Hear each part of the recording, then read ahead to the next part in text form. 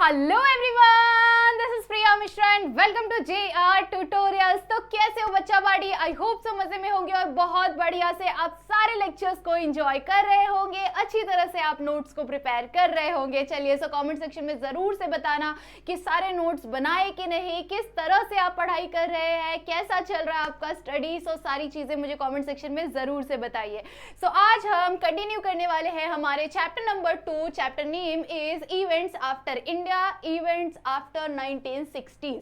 सो इस चैप्टर के अंदर बेसिकली हम पढ़ क्या रहे हैं, इंडिपेंडेंस जब हमारा देश आजाद हो गया था उसके बाद आफ्टर इंडिपेंडेंस कौन कौन से इवेंट्स हुए, कौन कौन सी चीजें हुई थी, कौन कौन सी घटनाएं घटी थी हमारे इंडिया के अंदर, और बेसिकली 1960s से लेकर कौन कौन सी चीजें हुई थी, कौन कौन से बड़े बड़े चेंजेस हुए थे, कौन प्राइम मिनिस्टर बने थे, किसका डेथ हुआ था, कहाँ पे हुआ था, कैसे हुआ था, कौन कौन से चेंजेस आए थे इंडिया के अंदर। ऐसी बहुत सारी चीजें हमने इस चैप्टर के अंदर स्टडी करना है, ठीक है। सो लेक्चर नंबर 1 के अंदर बेटा हमने कंप्लीट कर लिया है हमारा 1960s से लेकर 1980s तक का सारे इवेंट्स को हमने कवर कर लिए हैं। मैंने आपको पूरा point to point date wise सब कुछ बताया हुआ है। सो ये है lecture number 2।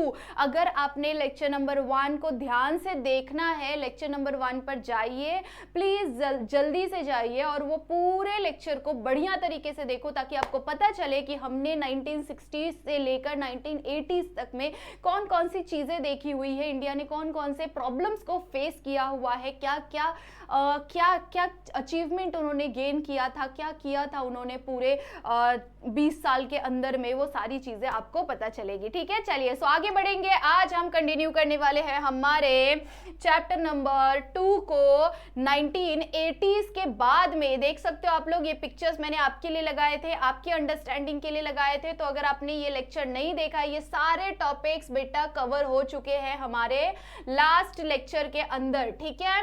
So I hope सो, मैं सोच रही हूं कि आपने देखे जरूर से होंगे, और अगर आप नहीं देखे हैं तो इस लेक्चर के बाद जाकर बढ़िया तरीके से देखिए, या फिर पहले वो लेक्चर देखिए एंड देन बाद में ये लेक्चर देखिए, ओके। चलो सो स्टार्ट करेंगे हम क्विकली। अब हमने देखा हुआ था कि कांग्रेस पार्टी हार गई, ठीक है। क्यों हार गई थी? नेशनल इमरजेंसी लगाया था, किसने लगाया था? इंदिरा गांधी ने लगाया था, ठीक है। सो ये सारी चीजों की वजह से बहुत सारे इश्यूज हो गए थे और इसकी वजह से दोबारा से कांग्रेस पार्टी को वोट नहीं दिया गया और फिर जाकर किसको प्राइम मिनिस्टर बनाया गया था? मोरारजी देसाई को बनाया गया था, ठीक है। बट मोरारजी देसाई की जो पार्टी थी, जनता पार्टी, वो ज्यादा लंबे टाइम तक उनकी सरकार रह नहीं पाई और कुछ ही समय के बाद 1980s में फिर से किसका रिटर्न हुआ? रिटर्न हुआ कांग्रेस पार्टी का, रिटर्न ऑफ कांग्रेस, ठीक है। सो 1980s में कांग्रेस पार्टी दोबारा से आ गई थी, ठीक है। कहां पर आ गई थी? जनरल इलेक्शन के अंदर, और वो फिर से जीत गई, ठीक है। सो जीत गई मतलब कि समझो कि 1980s में फिर से उनका रूल स्टार्ट हो गया था। कहां पर? हमारे इंडिया के अंदर, ठीक। यहाँ पर आप देख सकते हैं, general election held again in 1980s, Congress under Indira Gandhi return to power, ठीक है, वो पावर में आ गई थी। उसके बाद क्या हुआ? इंदिरा इन 1980 सॉरी इंडिया इन 1980s। सो उस टाइम पर जब वो रिटर्न पावर में आ गई थी, उसके बाद भी बहुत सारे ऐसे इश्यूज हुए थे जो कि अभी के टाइम पर भी याद किए जाते हैं, जैसे कि first was an Khalistan movement, ठीक है। सो खालिस्तान मूवमेंट में क्या हुआ था कि जो पाकिस्तान से सट के, लाइक पंजाब जो है, पंजाब हमारा अभी के टाइम पर अगर आप देख रहे हैं तो पंजाब अभी इंडिया के अंदर का एक स्टेट है, ठीक है, इंडिपेंडेंट स्टेट है, बट वो इंडिया के अंदर मर्ज है, ठीक है। बहुत ज़्यादा अच्छा स्टेट है, बहुत ज़्यादा आप बोल सकते हैं कि लाइक बहुत ज़्यादा वहाँ से हमें प्रोडक्टिविटी मिलती है ना हमारे देश को। सो ये जो पंजाब है राज्य, अभी के टाइम पर हमारे भारत का राज्य, वो उस टाइम पर क्या सोचता था कि हमें क्या करना है, हमें एक इंडिपेंडेंट कंट्री बनना है, ठीक है। और इस चीज में उन्हें सपोर्ट करता था पाकिस्तान, ठीक है। पाकिस्तान उन्हें कंप्लीटली सपोर्ट दे रहा था कि हाँ तुम लड़ो, किससे लड़ो? इंडिया से लड़ो, कि हमें क्या चाहिए? सेपरेशन चाहिए, और सेपरेट होकर हमें क्या बनना है? खालिस्तान बनना है, खालिस्तान एक इंडिपेंडेंट कंट्री हमें बना दिया जाए, ठीक है। हमें इंडिया के अंदर मर्ज बिल्कुल नहीं होना है। सो इसीलिए हम लोग इसे खालिस्तान मूवमेंट कहते हैं, खालिस्तान खालिस्तान मूवमेंट इन पंजाब के अंदर हुआ था, ठीक है। Some Sikh in Punjab wanted a separate country called a Khalistan, ठीक है। उन्हें क्या चाहिए था? सेपरेट कंट्री चाहिए था जिसका नाम वो क्या रख रहे थे? खालिस्तान, ठीक है। So the movement became violence and was supported by Pakistan. और ये जो मूवमेंट चल रहा था खालिस्तान, हमें इंडिपेंडेंट खालिस्तान बना दिया जाए, ये जो मूवमेंट चल रहा था उसे लाइक बोलते ना जले पे नमक छिड़कना या आग में चिंगारी लगाना, उसमें चिंगारी लगाने का काम कौन कर रहा था? पाकिस्तान कर रहा था। उन्हें बहुत ज्यादा सपोर्ट कर रहे थे और इस रीजन की वजह से ऑपरेशन ब्लू स्टार अपनाया गया था। ऑपरेशन ब्लू स्टार को यूज किया गया था उस टाइम पर। लाइक मतलब इसके अंदर क्या हुआ था कि 1984 के अंदर ये ऑपरेशन ब्लू स्टार को स्टार्ट किया गया था, क्योंकि उस टाइम पर ये जो चीजें चल रही थी ना बहुत ज्यादा पीक पे हो गई थी, बहुत ज्यादा लाइक दंगे फसाद ऐसी सारी चीजें बहुत ज्यादा चलने लग गई थी। तो उस टाइम पर इंदिरा गांधी जो कि उस टाइम की प्राइम मिनिस्टर थी, उन्होंने ऑर्डर दिया था कि अब क्या कर सकते हैं, army enter the golden temple in Amritsar to remove terrorist. वहां पर टेररिस्ट जो छुपे हुए थे हमारे देश को बर्बाद करने के लिए, जो कि पाकिस्तान सपोर्ट कर रहा था पंजाब को, तो ऐसे सारे टेररिस्ट कहां पर छुपकर बैठ गए थे? गोल्डन टेम्पल के अंदर छुपकर बैठ गए थे। और उस टाइम पर ये ऑपरेशन ब्लू स्टार को चलाना पड़ा था, ऑपरेशन ब्लू स्टार को स्टार्ट किया गया था ताकि हम वो टेररिस्ट का एक तरह से उसे रिमूव कर सके। सो इस रीजन की वजह से इंदिरा गांधी ने ऑर्डर दिया था कि आप क्या कर सकते हैं, शूट कर सकते हैं। और ऑपरेशन ब्लू स्टार लाइक उस टाइम पर बहुत ज्यादा पीक पे चालू हो गया था, बहुत ज्यादा दंगे फसाद चालू हो गए थे, उन्हें हटाया गया था। इट मींस कि उन्हें बहुत बुरी तरीके से गोलीबारी वगैरह हुई थी, मतलब कि लाइक आप मान सकते हैं कि शूट का उन्होंने ऑर्डर दे दिया था, ठीक है। After this Indira Gandhi prime minister was killed by जो उनका बॉडीगार्ड था जो कि पंजाबी था, उनके द्वारा ही वो मार दिए गए थे। उन्होंने क्योंकि पंजाब के लोगों के ऊपर उन्हें पंजाब के लोग जो थे वो उस टाइम पर उन्हें एक तरह से विलन के रूप में जानते थे, विलन के जैसे उन्हें देखते थे, क्योंकि उन्होंने फायर का ऑर्डर दे दिया था, शूट का ऑर्डर दे दिया था और बहुत सारे लोग मारे गए थे, टेररिस्ट को हटाया गया था गोल्डन टेम्पल के अंदर से। सो इस रीजन की वजह से बहुत सारे पंजाबी उनके ऊपर बहुत ज्यादा गुस्सा थे और इस रीजन की वजह से उनका ही बॉडीगार्ड, इंदिरा गांधी का ही बॉडीगार्ड उन्हें मार डाले, ठीक है। सो किल हो गया था उनका। So after that Rajiv Gandhi जो कि इंदिरा गांधी के बेटे हैं, उन्होंने उनका पोजीशन लिया था। Rajiv Gandhi became prime minister after Indira Gandhi. So this he is an Rajiv Gandhi. ये आपको राजीव गांधी की तस्वीर दिख रही होगी। चलिए सो आगे हम देखेंगे। After Indira Gandhi death her son Rajiv Gandhi become prime minister in 1984। So 1984 में राजीव गांधी प्राइम मिनिस्टर बन गए थे। उसके बाद उनका एम क्या था, उन्हें किस चीज के अंदर काम करना था? उन्हें साइंस टेक्नोलॉजी के अंदर आगे बढ़ाना था, हमारे देश को साइंस एंड टेक्नोलॉजी के अंदर आगे बढ़ाना था। बिकॉज हमारे देश के अंदर पढ़े लिखे लोग बहुत ज्यादा कम हुआ करते थे और लोग इन सारी चीजों के अंदर आगे बढ़ने के बारे में सोचते ही नहीं थे। तो उस टाइम पर राजीव गांधी ने बहुत अच्छे डिसीजंस लिए थे, जैसे कि उन्होंने इंप्रूव करने के बारे में सोचा, किसे? इकोनॉमी, इंडिया की इकोनॉमी को इंप्रूव करने के बारे में सोचा, साइंस को एंड टेक्नोलॉजी को इंप्रूव करने के बारे में उन्होंने सोचा था उस टाइम पर।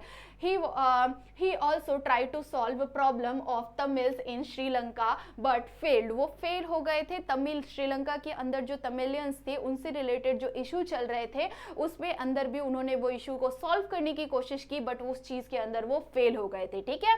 और आफ्टर दैट जब 1989 में इलेक्शन कराया गया तब Congress party lost the election और उस टाइम पर ये सारे रीजंस की वजह से लोगों का फिर से कांग्रेस पे से भरोसा हट गया था एक बार फिर से।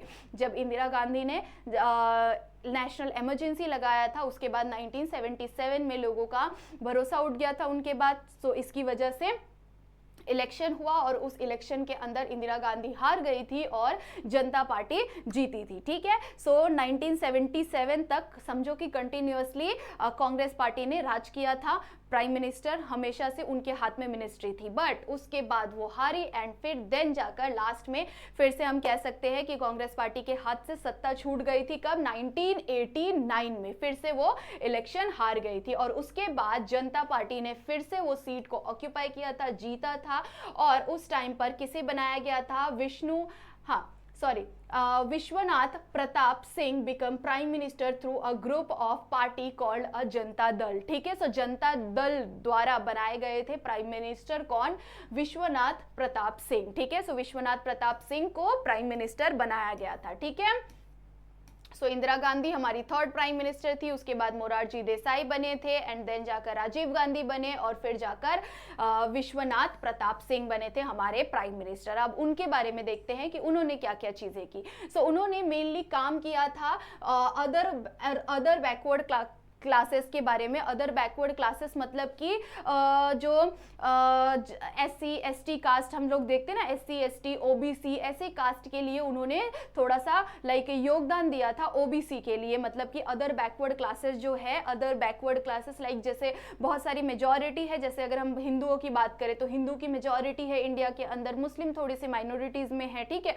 उसी तरह से क्रिश्चियंस है, उसी तरह से कुछ और लोअर कास्ट के जो लोग होते हैं उनके लिए कुछ सीट्स को रिजर्व करा देना, या उनके लिए कुछ चीज़ों को जैसे अगर हमें कोई चीज़, अगर मैं ओपन हूँ, मैं ब्राह्मण्स में आती हूँ तो मैं ओपन हूँ, मुझे कोई चीज़ अगर 90 में मिल रही है तो उनके लिए वो चीज़ें 60 में ही ला देना। मतलब कि लाइक उनके लिए थोड़ा सा छूट बढ़ा देना। ठीक है, so due to problem in his party he lost power. उनकी सत्ता भी कुछ ही समय के बाद ही चली गई। ठीक है, सो उसके बाद क्या हुआ, शॉर्ट टर्म गवर्नमेंट, फिर से शॉर्ट टर्म गवर्नमेंट का टाइम आ गया था। जनता दल एक लाइक उस टाइम पर जनता दल बहुत लीडिंग पार्टी के रूप में नहीं जानी जाती थी। एकमात्र लीडिंग पार्टी थी जो कि थी कांग्रेस, और बहुत ज्यादा स्ट्रांग रोल प्ले करती थी कांग्रेस। बट उस टाइम पर जनता दल की बिगिनिंग थी, शुरुआत थी, तो उनके अंदर कोई भी ऐसा स्ट्रांग लीडर नहीं हुआ करता था। और इस रीजन की वजह से आप देख सकते हैं कि short term government in 1990s Chandrashekhar become prime minister but his government did not last long. उनका गवर्नमेंट भी ज्यादा लंबा नहीं टिका और वो फिर से हार गए। उसके बाद राजीव गांधी की डेथ हो गई थी in 1991। Rajiv Gandhi was killed by और टेररिस्ट ग्रुप। सो इस रीजन की वजह से राजीव गांधी की टेररिस्ट ग्रुप, इन सारी चीजों से जो पंगे चल रहे थे हमारे देश के अंदर, सो इस रीजन की वजह से राजीव गांधी की हत्या हो गई थी, किल बाय और टेररिस्ट। ठीक है, सो टेररिस्ट ग्रुप द्वारा राजीव गांधी मार दिए गए थे ड्यूरिंग द इलेक्शन कैंपेन, जब इलेक्शन कैंपेन चल रहा था उसी टाइम पर। ठीक है, उसके बाद फिर से एक नया प्रॉब्लम की शुरुआत जो कि पहले से ही चली आ रही है, कश्मीर का इशू। ठीक है, सो जम्मू कश्मीर का इशू, कश्मीर प्रॉब्लम बिगेंस, फिर से कश्मीर प्रॉब्लम स्टार्ट हो गया था in the last 1990s। Trouble started in Jammu and Kashmir. Jammu Kashmir में वो ट्रबल जो कंटिन्यूसली चल ही रहा है बहुत टाइम से, वो चीज़ें फिर से स्टार्ट ही थी और वो चीज़ें बहुत ज़्यादा इश्यूज और ज़्यादा क्रिएट करने लग गई थी। तो sir terrorist activity increase and Jammu Kashmir Pandit, जो वहाँ पर जो पंडित रहते थे, आपने कश्मीर फाइल्स आपने शायद देखी होगी जिसके अंदर आपको पता चलेगा कि कश्मीर में जो पंडित लोग रहते थे उनके साथ कितना ज़्यादा अत्याचार किया जाता था, कितना बुरा बिहेव किया जाता था। सो वही सारी चीज़ें आपको बताई हुई है यहाँ पर कि वो टेररिज्म का अटैक बहुत ज़्यादा इंक्रीज हो गया था, पाकिस्तानियों का घुसपैठ बहुत ज़्यादा बढ़ गया था। सो इस रीज़न की वजह से जम्मू कश्मीर में जो कश्मीरी पंडित रहते थे उनके साथ बहुत ज़्यादा बुरा बर्ताव किया जाने लग गया था और उन्हें वो एरिया छोड़ने पर मजबूर कर दिया गया था। तो वो अपनी वैली को छोड़कर दूसरे जगह पर जाने के लिए मजबूर हो गए थे। इतना ज़्यादा वो प्रॉब्लम, इतना ज़्यादा वो इशू इतने पीक पे चला गया था। तो ये सारी चीजें चल रही थी कब से कब तक, 1980 से लेकर 1991 तक। ठीक है, सो 1991 में राजीव गांधी की हत्या की गई और उसके बाद से क्या क्या चीजें हुई। ठीक है, चलिए देखते हैं। सो चेंजेस आफ्टर 1991 के बाद कौन कौन से चेंजेस हुए थे इंडिया के अंदर, वो सारे चेंजेस हमें अभी स्टडी करना है। ठीक है, चलिए। सो सबसे पहला वर्ल्ड चेंज इन 1991, क्यों? Soviet Russia broke into a many small country. जैसा कि आपको पता है कि सोवियत रशिया और यूएसए के बीच में अंदर ही अंदर एक कोल्ड वॉर चल रहा था। दोनों डायरेक्टली एक दूसरे के साथ वॉर नहीं करते थे, बट मन ही मन में शांत ही शांत से, अलग अलग डायरेक्शन से, अलग अलग तरीके से एक दूसरे को हर्ट करने की कोशिश करते थे, एक दूसरे के नुकसान पहुंचाने की कोशिश करते थे। सो ये जो कोल्ड वॉर का टाइम पीरियड था ये फाइनली खत्म हो गया। सोवियत रशिया टूट गया था, बिखर गया था मैनी पार्टीज, मतलब मैनी डिफरेंट कंट्रीज के अंदर, लाइक उसमें से एक आप कह सकते हैं कि रशिया, ठीक है। सो सोवियत रशिया बहुत बड़ी कंट्री थी उस टाइम पर, सो वो डिवाइड हो गया था, ठीक है। सो स्मॉल कंट्रीज में, and the cold war between big countries like USA and Russia ended. Finally USA और रशिया के बीच का जो कोल्ड वॉर चल रहा था वो खत्म हो गया था, कब? 1991 में, ठीक है। सो ये एक बहुत बड़ा चेंज हुआ था पूरे वर्ल्ड के लिए, बिकॉज जब दो कंट्रीज आपस में एक दूसरे से भिड़ती रहती है, सो इस रीजन की वजह से बाकी सारी जो कंट्रीज है उनके ऊपर भी इम्पैक्ट आता है, उन्हें ना किसी का सपोर्ट करना पड़ता है, और अगर वो किसी एक को सपोर्ट कर रहे हैं तो सामने वाला उनके भी दुश्मन बन जाता है। तो इस रीजन की वजह से ये एक बहुत बड़े खुशी की बात थी, बहुत अच्छी बात थी, जिसकी वजह से बाकी कंट्रीज को भी शांति मिला और वो भी अपनी इकोनॉमिक डेवलपमेंट पर ध्यान दे सकते हैं, ठीक है। उसके बाद next, big changes in Indian economy. Indian economy में बड़ा चेंज आया, क्यों आया, कैसे आया? PV Narasimha Rao become prime minister of India. PV Narasimha Rao बन गए थे प्राइम मिनिस्टर ऑफ इंडिया, और उन्होंने बहुत अच्छा चेंजेस लाया था किसके अंदर? इकोनॉमी के अंदर।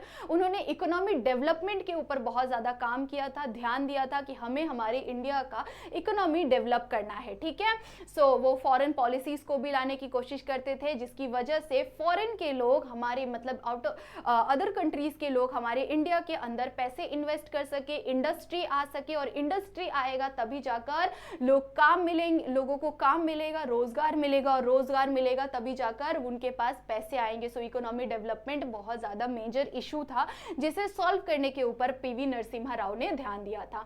ही started new economy reform to improve India's economy, ठीक है। अनस्टेबल गवर्नमेंट, नेक्स्ट पॉइंट है अनस्टेबल गवर्नमेंट। 1996 से लेकर 1999 तक अनस्टेबल गवर्नमेंट चल रहा था। From 1996 to 1999 no single party got enough seat to rule alone. कोई भी ऐसी पार्टी नहीं थी जो इनफ सीट उसे मिल सके, मतलब कि जैसे अगर मैं कहूँ कि 50-50 की बात कर रहे हैं, तो अगर किसी भी पार्टी के पास 50% सीट नहीं है तो वो रूल नहीं कर सकती। 50 मतलब 51% होना चाहिए, ठीक है, कि आधे से कुछ ज्यादा, आधे से थोड़ा सा ज्यादा अगर उनके पास नहीं रहेगा, एक पार्टी के पास 49 और एक पार्टी के पास 51 होगा, तभी ही वो पार्टी की गवर्नमेंट बनेगी, ठीक है। सो ऐसी कोई पार्टी आ नहीं रही थी, बहुत सारे पार्टी के बीच में जो वोट थे वो बट जा रहे थे, और इस रीजन की वजह से कोई भी लीडिंग पार्टी उस टाइम पर नहीं थी, ठीक है। सो इस रीजन की वजह से बहुत सारे इश्यूज क्रिएट हो रहे थे, जैसे कि 3 prime minister during this time. इस टाइम पे 1996 से लेकर 1999 तक 3 बार प्राइम मिनिस्टर चेंज हो गए थे, जैसे कि फर्स्ट अटल बिहारी वाजपेयी, सेकंड बने थे H D Deve Gowda, and third Inder Kumar Gujral, ठीक है। सो ये 3 प्राइम मिनिस्टर बन गए थे इस टाइम पर।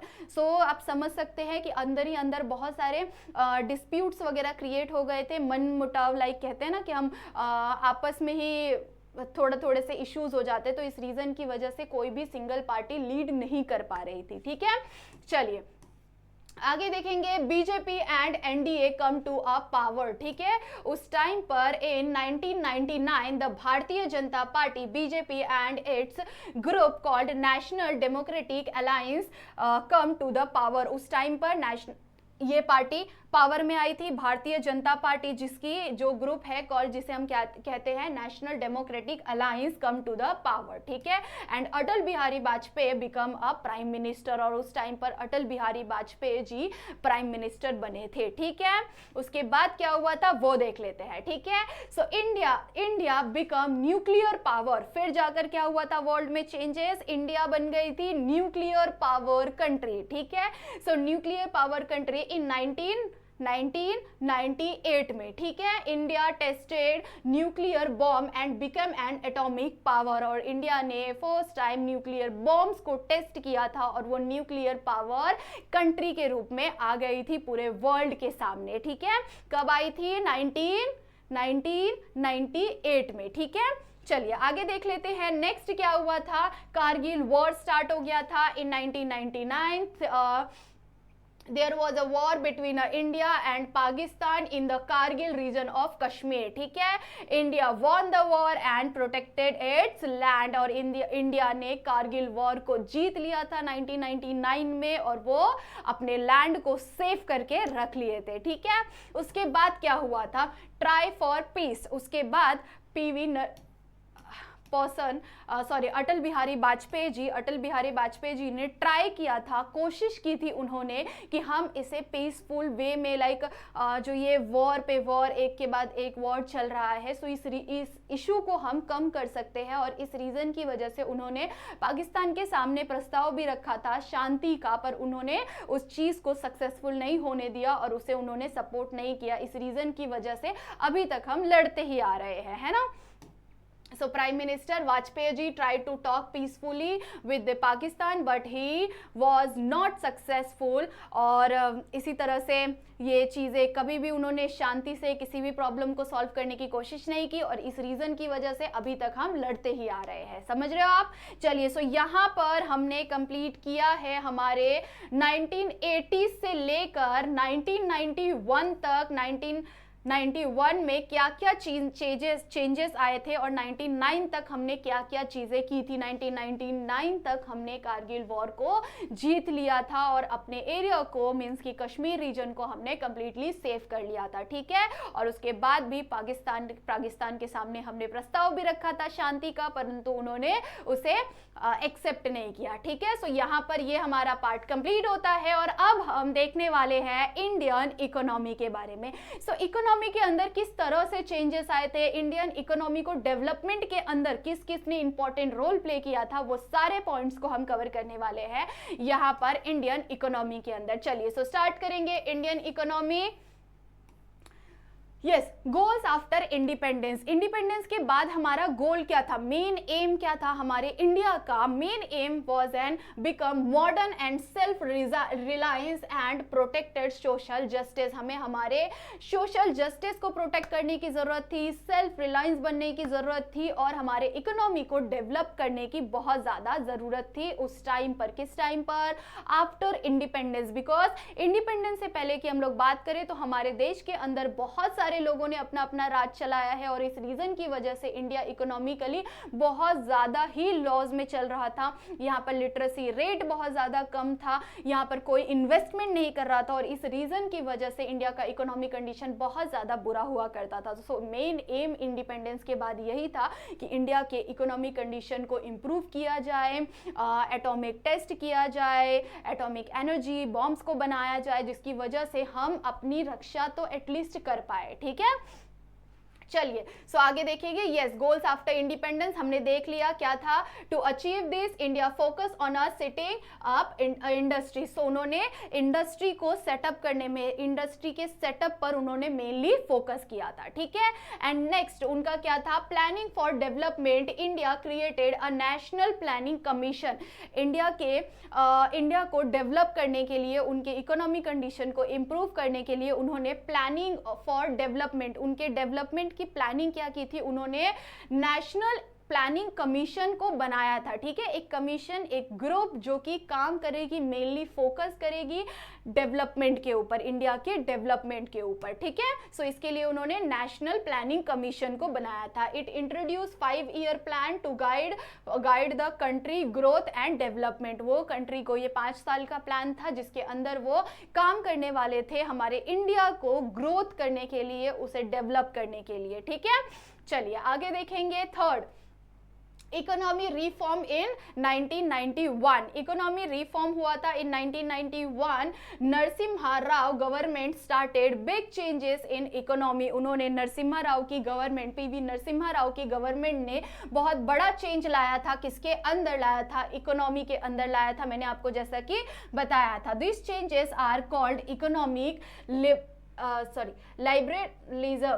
सॉरी हाँ ओके, सो इकोनॉमी लिबरलिज्म कहते हैं उसे हम लोग, बिकॉज उस टाइम पर उन्होंने बहुत ज़्यादा चेंजेस लाया था, हमारे इकोनॉमिक कंडीशन को इम्प्रूव करने के अंदर उन्होंने बहुत ज़्यादा काम किया था, ठीक है। And next result for economy reform का रिजल्ट क्या आया था, फॉरेन इन्वेस्टमेंट, बहुत ज़्यादा फॉरेन इन्वेस्टमेंट आने शुरू हो गए थे, इंडिया के अंदर इंडस्ट्री आना शुरू हो गया था, लोग जो दूसरी कंट्री है उन्होंने इन्वेस्ट करना स्टार्ट किया था, money from other country increased, दूसरी कंट्री से पैसे आने लग गए थे, और इस रीजन की वजह से इंडिया में डेवलपमेंट आना शुरू हो गया था।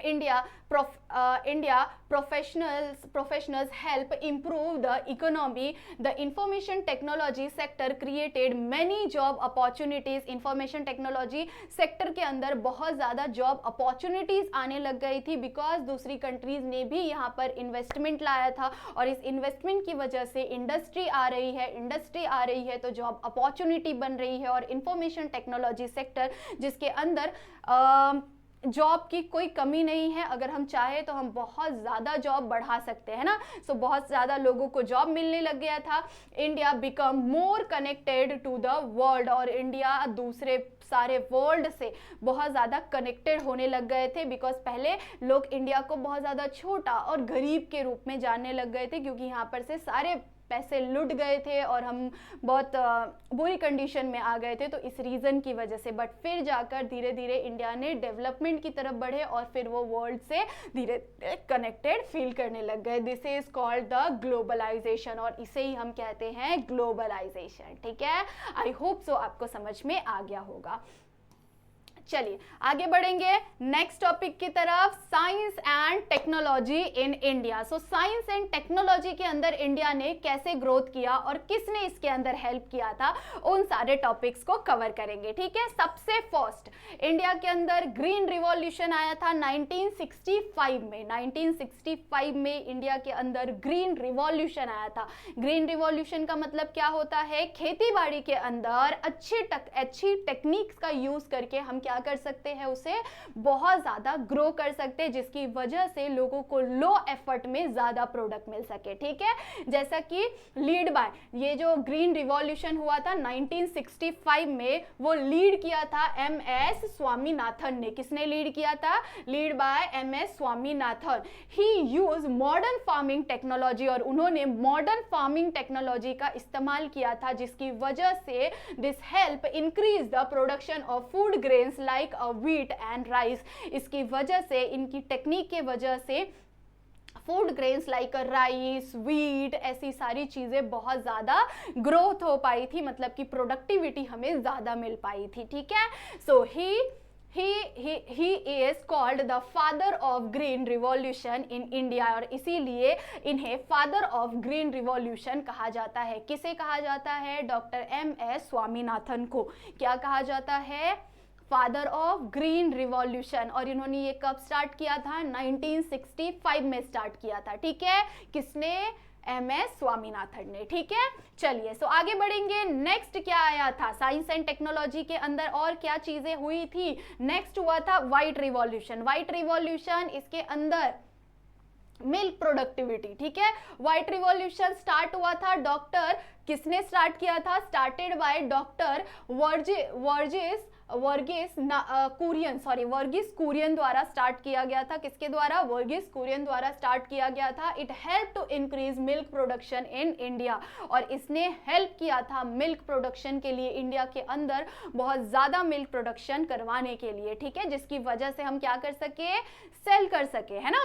So this made India the largest milk producer in the world. India इनकी वजह से ही, किसकी वजह से, वर्गीस कुरियन की वजह से ही इंडिया मिल्क प्रोडक्शन के अंदर बहुत ज़्यादा लार्जेस्ट, वो एक लाइक बोल सकते हैं हम कि कंट्री में उन्होंने एक लार्जेस्ट कंट्री के रूप में वो जाने लग गए थे, ठीक है।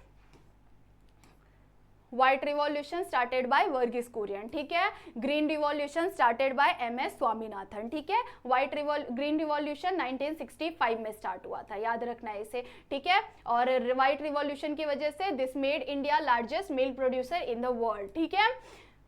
Next atomic energy. Atomic energy के अंदर doctor Homi Bhabha started India's atomic energy programme. Doctor Homi Bhabha ने स्टार्ट किया था इंडिया के अंदर एटॉमिक प्रोग्राम को, एटॉमिक एनर्जी प्रोग्राम को, ठीक है। India used atomic energy for peaceful world, like बहुत सारी अलग अलग चीज़ों के लिए, पीस मेंटेन करने के लिए तो साथ में यूज़ करता ही था, उसके अलावा भी इलेक्ट्रिसिटी के लिए भी हम यूज़ करने लग गए थे, making electricity, making medicine, like pharmaceutical industry में भी यूज होने लग गया था, हेल्पिंग इन डिफेंस, डिफेंस के अंदर भी एटॉमिक एनर्जी हेल्प होने लग गई थी, ठीक है। सो डॉक्टर होमी भाभा ने एटॉमिक एनर्जी के अंदर बहुत ज्यादा इंपॉर्टेंट रोल प्ले किया था, ठीक है।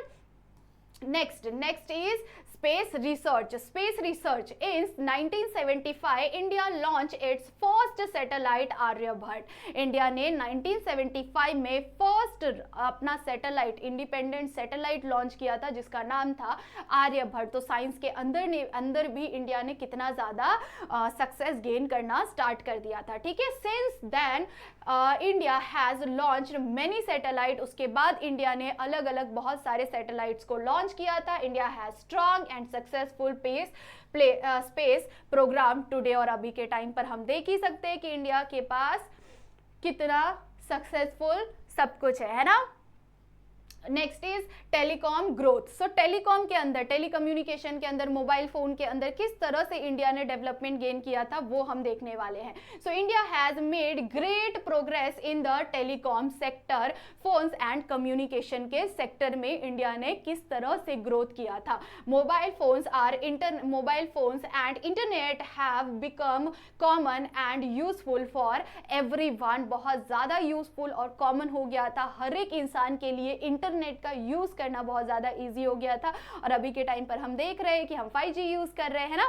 सो ये डेवलपमेंट इंडिया ने गेन किया था, ठीक है। सो यहाँ पर आज का टॉपिक हम कंप्लीट करेंगे। सो नेक्स्ट लेक्चर के अंदर हम हमारे लास्ट के 2 टॉपिक को कवर करेंगे, changes in social field and globalisation. So ये 2 टॉपिक को will continue in our next lecture. So I hope so आपको बहुत अच्छी तरह से समझ में आ गया होगा सारी चीजें।